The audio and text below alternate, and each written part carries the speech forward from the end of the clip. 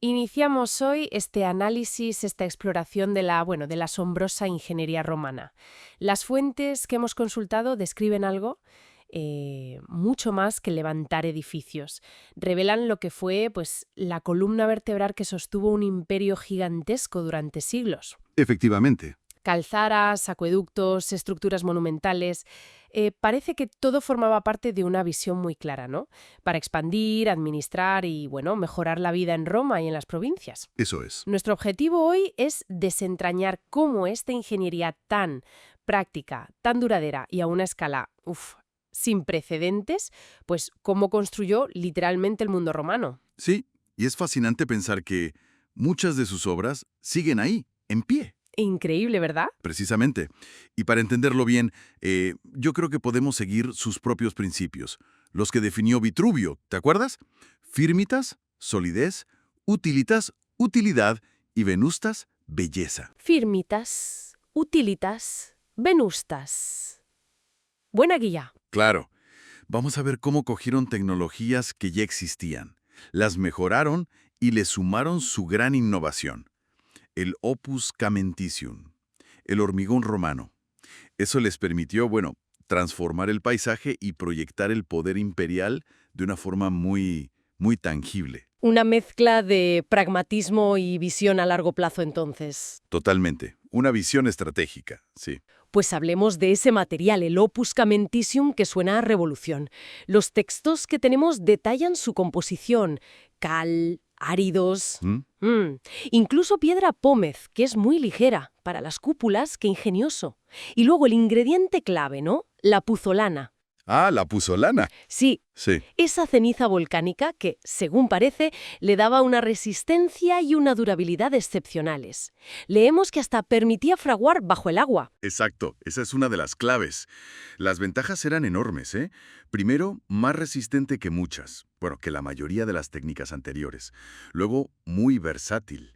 Podías hacer formas curvas, arcos, bóvedas, mucho más fácilmente que con la piedra tallada. Claro. Era más rápido de construir y, a menudo, fíjate, más económico. Menos mano de obra especializada, quizás. Tiene sentido. Y el ejemplo supremo, lo has mencionado antes, es la cúpula del Panteón en Roma. 43,3 metros de diámetro, hecha de hormigón sin armar. Una barbaridad. Y con ese óculo arriba. Y aligerada hacia el óculo, precisamente. Usaron distintos tipos de árido, más ligero, cuanto más arriba. Una genialidad. Y esa versatilidad, claro, permitió replicar modelos arquitectónicos romanos por todo el imperio. Era como exportar Roma, en cierto modo. Vale, el hormigón, un pilar. Pasemos a otro elemento vital. El agua. Los acueductos. Quizá el símbolo más querido, más reconocible de Roma. Sin duda. Iconos visuales. Canales, que muchas veces iban bajo tierra, no siempre eran arcos espectaculares. No, la mayoría iban soterrados o a ras de suelo. Los arcos eran para salvar valles, claro. Como el Pont du Gardé o nuestro acueducto de Segovia. Llevaban agua a las ciudades con una precisión, asombrosa. ¿Cómo lo hacían para mantener esa pendiente mínima, pero constante durante kilómetros y kilómetros? Pues usaban instrumentos bastante sofisticados para la época, como el corobates. Era una especie de nivel muy largo y preciso. Ah, mira. Pero lo fundamental, yo creo, es ver el sistema en conjunto. No es solo el acueducto. Es la captación del agua en el origen. Claro. El transporte, que es el acueducto en sí, luego la distribución y el uso en la ciudad. Termas, fuentes públicas, casas privadas, letrinas. Todo conectado. Y finalmente, la evacuación. Las redes de alcantarillado, como la famosa Cloaca Máxima en Roma, que es antiquísima. Una de las primeras grandes redes de saneamiento. Exacto. Y tenemos testimonios como los de Sexto Julio Frontino, que fue curatora aquarum, el responsable de las aguas en Roma. Escribió un tratado detallando cómo se gestionaba todo el sistema. Una gestión muy meticulosa. Fascinante. O sea, era una infraestructura clave para la salud pública, para que las ciudades pudieran crecer tanto. Fundamental. Y un ejemplo perfecto de esa utilitas, de la ingeniería al servicio del bien común, de la comunidad. Y si el agua era vital para las ciudades, ¿cómo conectaban esas ciudades y el vasto territorio del imperio? Las calzadas. Las calzadas. Otra obra de ingeniería colosal. Cientos de miles de kilómetros. Los registros describen cómo buscaban la línea recta siempre que podían, un diseño muy estratégico. Y esa construcción por capas, ¿no? Para que durasen y drenasen bien el agua. Sí, una subestructura muy sólida, varias capas de materiales y un pavimento resistente. La Vía Apia es el ejemplo canónico, la Regina Viarum. La reina de las calzadas. Su función era principalmente militar, para mover legiones rápido. Era clave para lo militar, sí. Permitía desplegar tropas con una rapidez inusitada. Pero no solo eso, eran las arterias del comercio Claro. y de la comunicación oficial. El cursus publicus, el servicio de correo imperial, dependía totalmente de las calzadas. Y los miliarios, esas columnas que marcaban las millas. Los hitos kilométricos de la época. Exacto. Y para que la red funcionara, necesitaban salvar ríos. Ahí entran los puentes. Otro portento de la ingeniería. Dominaron el arco de medio punto, por supuesto, y usaron su hormigón para los núcleos de los pilares y los arcos, a menudo revestidos de sillares de piedra bien trabajados.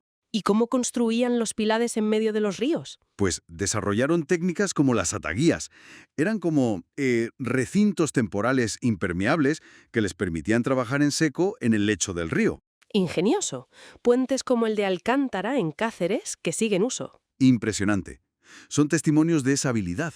Toda esta red de transporte, calzadas y puentes, fue una herramienta potentísima para integrar territorios, para el control militar y para proyectar el poder de Roma. No podemos terminar sin hablar de las grandes estructuras públicas, los edificios para espectáculos, para la vida social. El Coliseo, por ejemplo. El Coliseo. Palabras mayores. La escala es que cuesta imaginarla. Entre 50.000 y 80.000 espectadores. Una ciudad pequeña entera dentro de un edificio. Y esa combinación de materiales, piedra para la estructura exterior, hormigón para las bóvedas interiores, ladrillo. Y el diseño de accesos, los vomitoria, para que esa multitud pudiera entrar y salir de forma ordenada y rápida. Un diseño increíblemente eficiente, sí. Y no olvidemos el hipogeo, todo ese complejo subterráneo bajo la arena, con montacargas, jaulas para las fieras, decorados. La maquinaria del espectáculo. Justo. Y estas construcciones monumentales, como el Coliseo, o los grandes templos, como el Panteón, o las basílicas, para la administración y la justicia, no eran solo funcionales. Claro, había un mensaje detrás. Exacto. Materializaban la ideología imperial. Demostraban el poder, la solidez, la estabilidad de Roma. Eso sería la firmitas. Ofrecían beneficios y entretenimiento al pueblo, la utilitas. Y generaban asombro, admiración, la venustas. Los 3 principios de Vitruvio aplicados a gran escala. Efectivamente.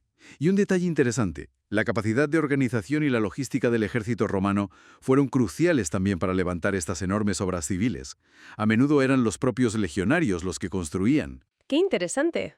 Bueno, creo que queda bastante claro que la ingeniería romana fue muchísimo más que una simple técnica constructiva.